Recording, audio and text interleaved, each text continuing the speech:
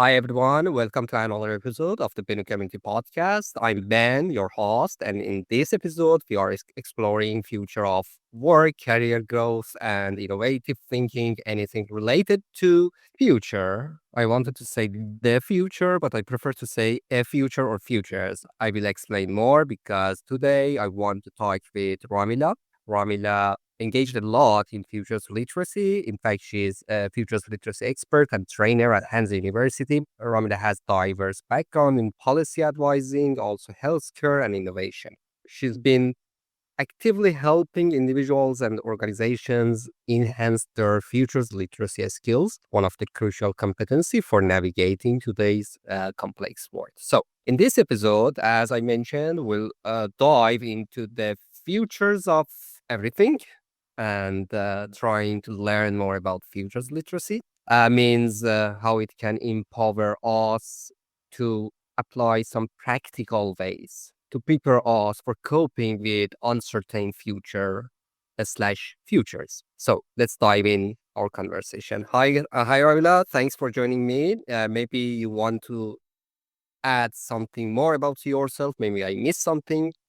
So first of all, would you like to introduce yourself in your way? Then we can start our conversation. Okay, thank you for having me. I think you introduced me very well. Just wanted to add that we're holding a UNESCO chair on futures literacy at the Hansa University as well. And yeah, very excited to talk to you about this topic today. Great, thank you. Yeah, that was my mistake. In fact, this is UNESCO Futures Literacy Chair, not Hansa University specifically, but you are located at Hansa University, right? Yes, yes, of course. Yes. And what I know, you are the only UNESCO Futures Literacy Chair in the Netherlands. As far as I know, we were also one of the first ones when it comes to futures literacy globally, to having this UNESCO chair. But in the Netherlands, I think when we started, there were only 6 or 7 UNESCO chairs. So not specifically on this topic. Yeah, I'm talking about this topic. Exactly. We are, as far as I know, the only ones that are holding a futures literacy UNESCO chair. My, Yeah. my, my point is about this specific topic. And I was lucky. 2 years ago, I moved to the Netherlands, but landed in Groningen, north of the Netherlands. And I had the chance to join Philip 2024, Futures Literacy Intensive Program featuring Real Miller and you and Luz and Martin and some other people. And that was kind of mind shifting experience for me, because we already talked and I already talked a lot about this experience. But forget my experience. First of all, let's talk about you and start with your journey. What inspired you to explore futures literacy, and how has your background in healthcare, policy advising, and also innovation and the things like that shaped your approach? Yeah, that's a good one. And I think we will get back to your experience as well, because that's, for me, I think it was also kind of a starting point. But let's start with when I was studying my master's. It was actually in the end, I was writing my thesis. I was just done with my research part and I was just trying to put it into words to write my thesis. And then I came across the Futures Literacy Intensive program, the exact one that you followed. But my course or the program was 2 weeks, and that was also my first encounter sort of with futures literacy. Actually, I heard about or I read about futures literacy from the very start of our master's program. Was one of the articles that we had to read because it was about uncertainty, complexity, and imagining different futures. But at that moment, that was October 2016, it didn't make any sense to me. I wrote, I read about it. I tried to make sense, but I didn't understand. But there was this seed that was planted. So when I heard about the course, it was still very vague. It was like, okay, this is a futures literacy course, and super cool and blah blah. But still, I didn't understand what it was about. But I thought, okay, let's give it a try. And for me, it wasn't specifically about the topic itself. It was the idea of being in a room with different nationalities because it was an international sort of. That's That was the reason that I actually was interested. That wasn't even futures literacy because I couldn't make sense of it. So that was for me the starting point of getting engaged with this skill, with the nice. capability. And from I think the second day on, I really could understand a bit why we were doing it. And I remember that it was about the future of health and well-being or something like that. And then we were talking about this in the very diverse group. From I was from the Netherlands, but also from Iran.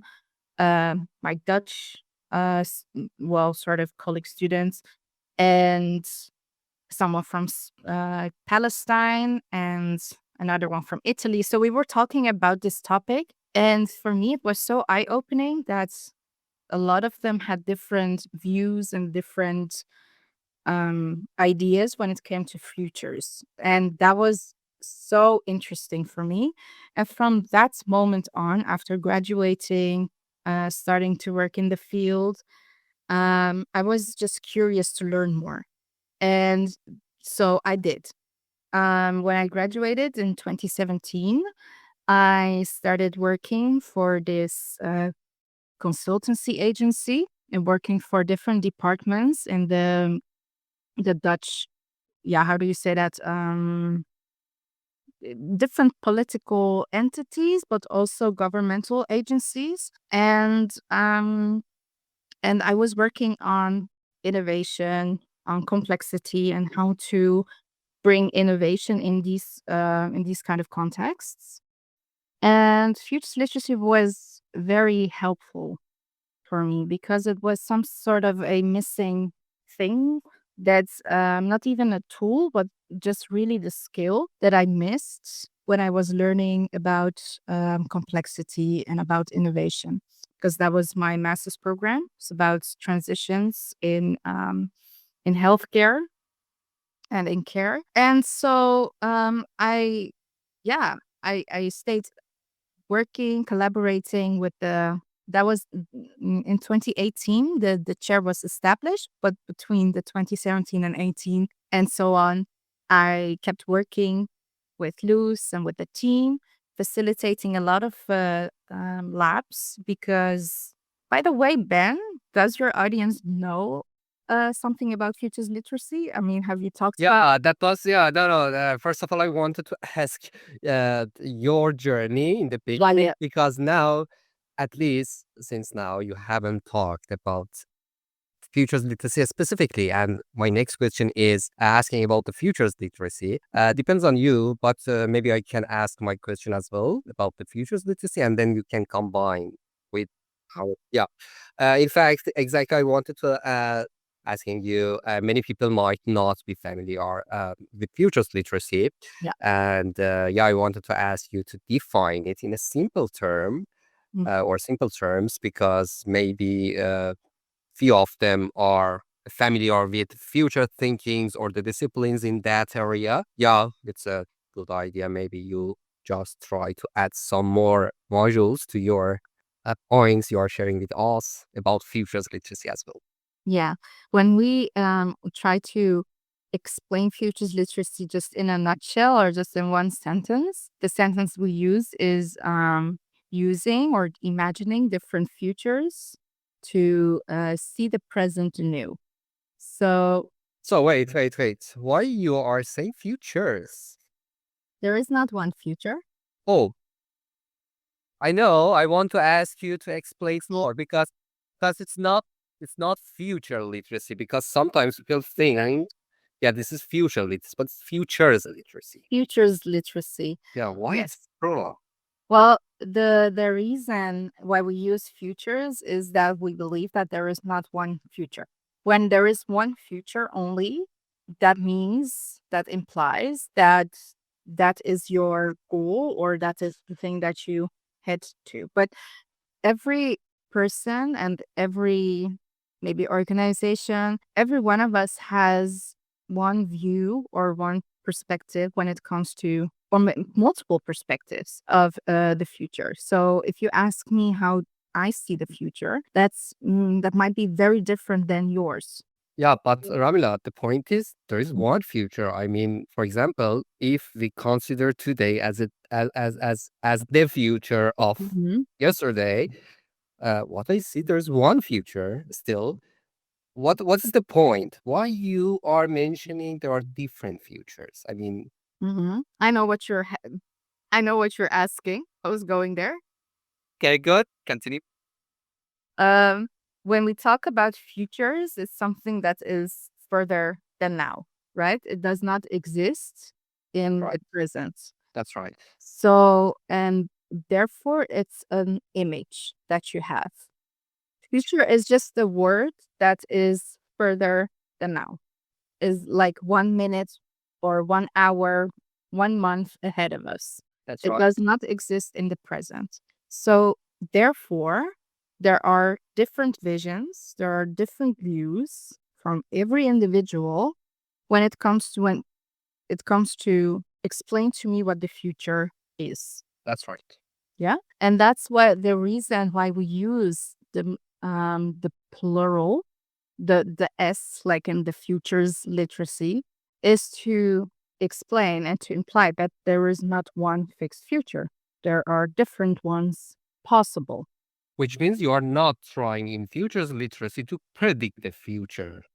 No, not specifically. We use predictions No, that's why I as mentioned predict the future. I mean, this is not the main endovers in futures literacy. Am I right?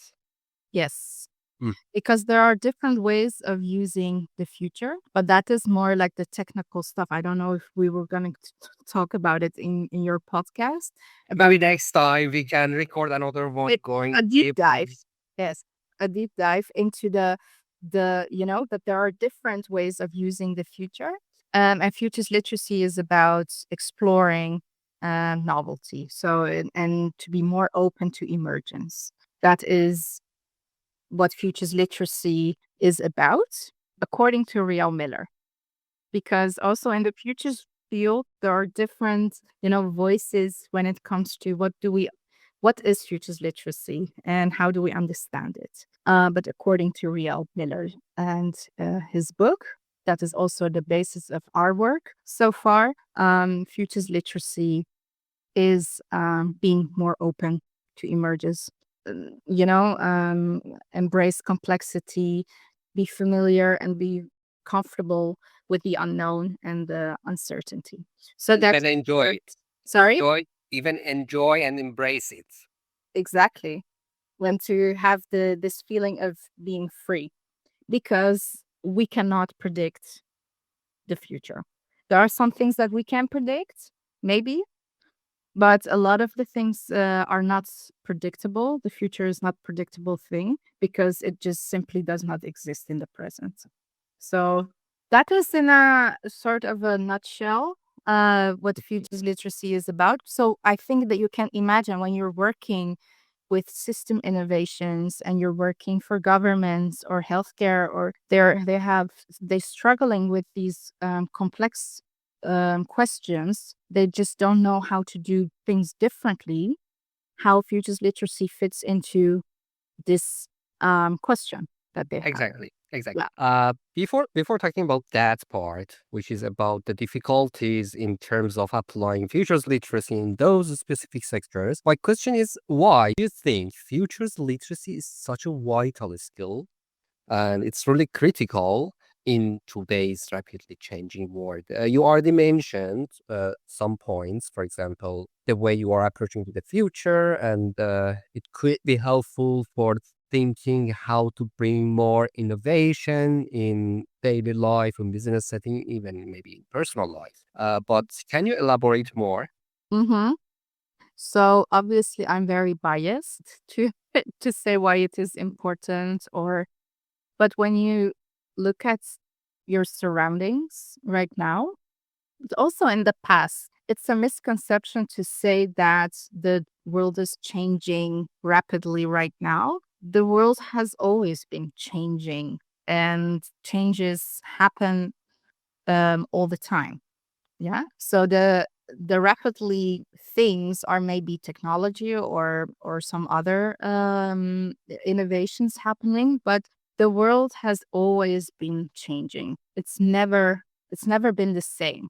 So why futures literacy is so crucial in our sort of skill set is that it can help us be more hopeful when it comes to futures, especially right now with everything happening, geopolitical, well, things, pandemics and, wars and everything. Yeah, it sometimes feels that we're hopeless, that we just cannot do anything about it. We don't have any agency or influence. And that's very frustrating.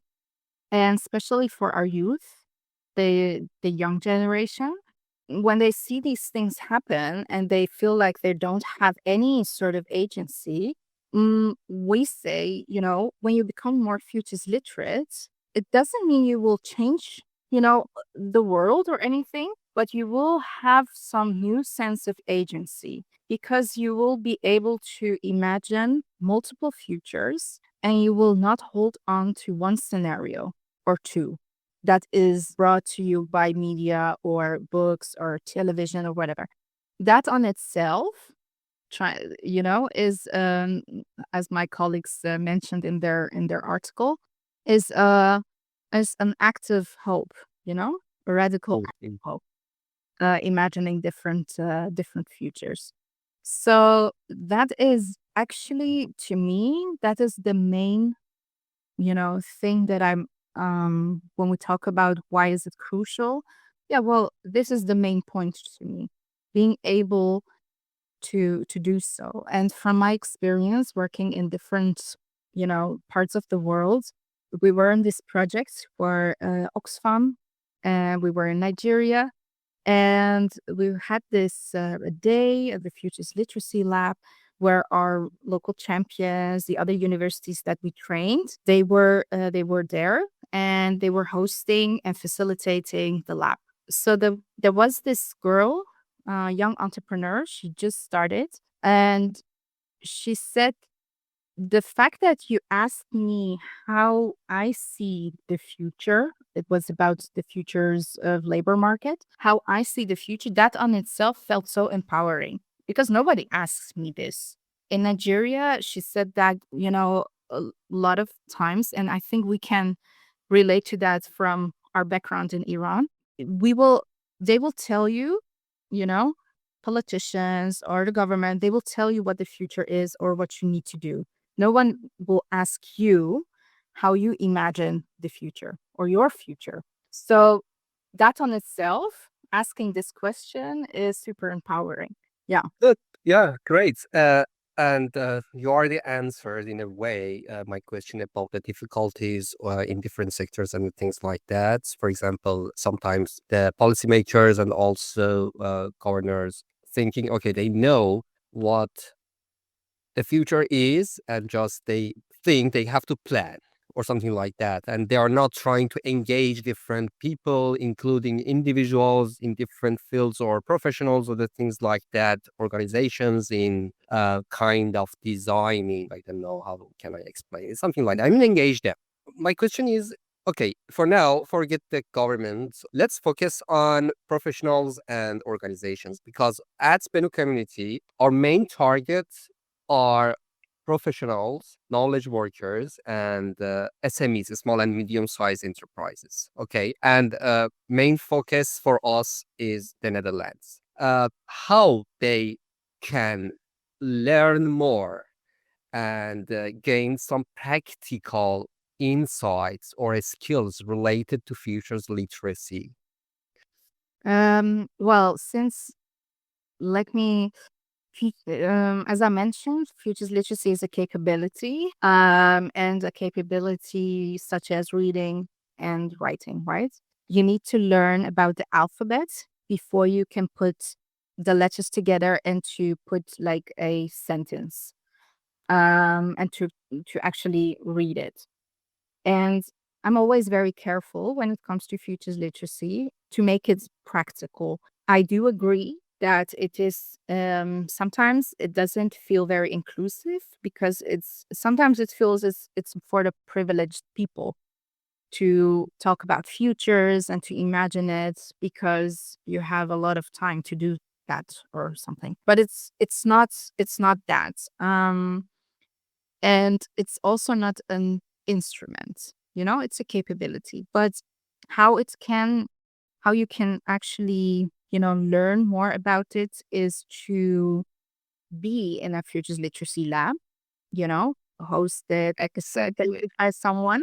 Um, we can talk about this maybe for 3 4 episodes on your podcast. Yeah, Like, so then it's the same as I mentioned before, reading an article but not understanding or making sense of it because you don't have the experience, right? that's right. So being in a futures literacy lab just for a tastery, like a little lab, just to have a short experience on itself is very helpful. Exactly. As I already mentioned, last year I joined Philippe for 5 days. I think we were more around 40 people all around the world, not just from, for example, the Netherlands or from the north. And that point you already mentioned, I mean, communicating and engaging with a group of people from different backgrounds and different countries, that was an interesting experience. This is one point. I know, for example, again, you have a plan to organize another Philippe in 2025. And I think sooner or late you announce it publicly.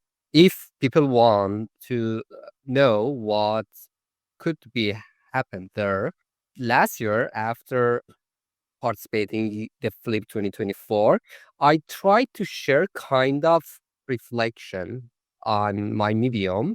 And after, at the end of that reflection, also I added some links, including the link to Real's book, also another TED Talk featuring Luz, some other articles and things like that. I will share that specific report or reflection in the description of this episode. Then people can find more links there, as well as I added the link of a LinkedIn profile of people who already engaged in that event, including you, Luz, Real, which means it's a good option to engage more with new authors and also with the topic. This is the first point. And of course, if you, announce the event you are organizing sooner or late, we all trying to share that as well in our community, which means if people follow us, then they can see it. This is the second one. But let's talk about futures literacy and the career development. Why it's important? Because in the Netherlands, there are lots of expats, including international professionals and international students.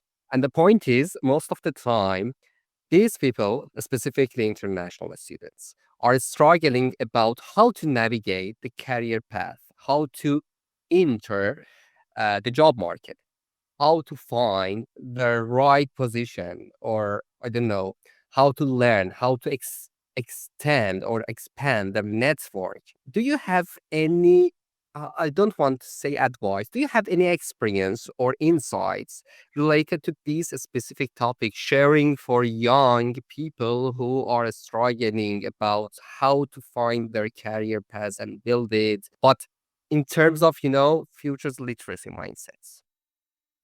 That's not an easy question then, but I'll quick. It's another topic I know, but maybe you can share one, two main, tips or insight. Yeah. Well, maybe it can be helpful to, it does depend where you're coming from, I think. You're a European citizen or outside Europe. I think either way, it's sometimes very challenging to find the right thing here. I must say that it becomes easier when you learn a bit Dutch. I mean, that's always a pray. But yeah, when talking about maybe the future of your own life or your own career, it can be helpful to do like the three phases of a lab in sort of a question to yourself, like a little questionnaire, and to try to imagine different, career paths to yourself, or what do you want to do? How does your future look like? Or what do you think, and how do you hope or dream for? And also, what if you need to go somewhere else? Or what if, how can you be is staying in the Netherlands and being, working here, is that your only path? Or are there different ways, maybe different paths that you have not thought about before? So is there, in a way, maybe I would advise to be more open, to not be fixated on, okay, I'm graduating and I need to find a job, because that is something that I did that after I was graduated. I was in this anxiety in your last year when you're doing your master's and you're almost done. Then, it's done. Either you're going to do a PhD, or you really have to face the real world, which is finding a job. Okay, I went for the last one because it didn't feel good to do a PhD right after a master's without any experience. So I, at first, before doing the Futures Literacy course, I was really thinking about, okay, what do I do? What do I do? Do I need to go work in the hospital where I did my, thesis and all that? Or do I, where do I find a job? But in August of 2017, I decided to just continue my work of what I was doing at this restaurant, working during the day and thinking about or doing other stuff. Actually, it was in the evenings because restaurant work is in the evenings. And during the day, I was looking around and helping Luz and the team with all these labs. So I took some time, and that paid off because I was so much more open. And I realized that you don't, you're not always having this privilege of waiting, maybe with the visa struggles and That's right. everything. So that's also there. But if, in a way, if you can be more open, that's not being passive, right? It's just being actively open. um, and, yeah, and just saying, if something comes across and you just don't know really what it is, but you know just try it out, a little bit more intuitive. I don't know, maybe for around 10 years, I worked on a project helping people around 20 to 30, organizing hundreds of events, podcasts, and the things like that. And after around 10 years, that was one of the insights I gained based on that experience. And I just want to emphasize that the point you mentioned in terms of futures literacy, I can stress on it because it's really important because usually people in that age thinks, okay, I have to as soon as possible find something to start my professional journey and things like that. But sometimes you need to act in a way that people think you are passive, but it's not about being passive. It's about thinking, reflecting, just navigating different ways of going forward, something like that. It's really important. Thank you. Thank you for sharing that point. So I'm not sure. Maybe you are not answering this question. Looking into the future, Mhm. what do you think will be the next big shift in futures literacy? Are there emerging, I don't know, trends, tools, or ideas that could be redefine how we think about the future? I know you are not interested in kind of predicting, but maybe you can share your imagination with us. Do you mean in the field of futures literacy, or is it Yes. mean in general? No, no, no. In your field that you are. Uh-huh. Yeah. Um, I think that's something that we're already trying to find funding for, is doing more research. A lot of futures literacy work so far, we didn't have any, fundamental research done on the, I don't like to say it, but impact, or how it's, going. Yeah, it is a bit of impact. And I think that is something that is really, we're shifting towards to really, so yeah, at first it was all about the capability, which was a very, you need to learn the capability as a person. But now we're moving towards organizations. How does the Hansa, for example, become more futures literate? And how do we measure things? What, and that is super difficult. Super It's difficult. very complicated because you're trying to measure things that are not there yet. So you have to figure it out. But I think fundamental research is something that we are trying to go towards to. Yes, yes. I know because just to make it more clear, at Benu Community also we focus on SMEs and professionals by applying futures because after learning about futures literacy after a year, engaging in lots of things in that field, I decided to pivot by the community instead of focusing on building kind of international community for international students in the Netherlands, shifting on empowering SMEs and professionals by applying futures literacy for coping with the challenges they are facing too. That's why, I mean, I can say yes, it's really difficult because in the beginning you need to share something that usually people are thinking in a different way. Usually they think, okay, if you are talking about future, you are talking about the future, and you are the person that maybe predict the future. And when you say, okay, it's not about prediction, I'm trying to engage different stakeholders to bring different kind of point of views and also imagination, and then try to use the future to act in the present. But this is not the future. This is futures. Yeah, But I it's really think difficult. what has been helpful, Ben, is that making the distinction between the anticipatory systems, as Riel mentions in his book, about planning, preparation, and then the third one, emergence. I think the making this distinction, people can relate to the first two ones. So then it becomes a bit easier to explain why we're not only predicting, because we're already trying to do that to plan and prepare ourselves, which is good. We need to do that. Because that's just one of the rules of survival. Basically, don't prepare or you don't plan, you will die. I mean, it's simple as that. That's right. That's right. Okay. But then what he tries to say, Riel, is like we need the other leg as well, which is being more open and being open to emergence. That's Because, right. you know, you cannot just blindly stare at one point when you're planning and preparing for something.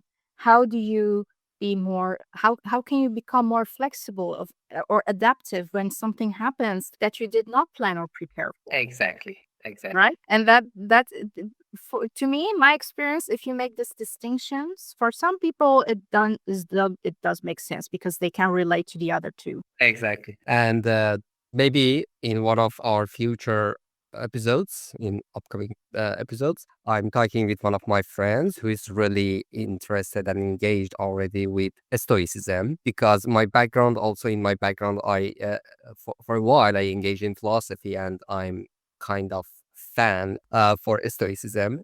And I can see lots of, common areas between these two fields. I already talked with Real as well in Dubai that I'm really interested to learn more about the intersection between these two ones. And yeah, I just wanted to mention the point you said is kind of fundamental philosophical approach towards how we live, how we work, how we approach to futures. And it's really critical at the same time, as you mentioned, it's difficult. But that point you mentioned about focusing on planning and preparation first, yeah, it's really, thank you. So maybe the last question.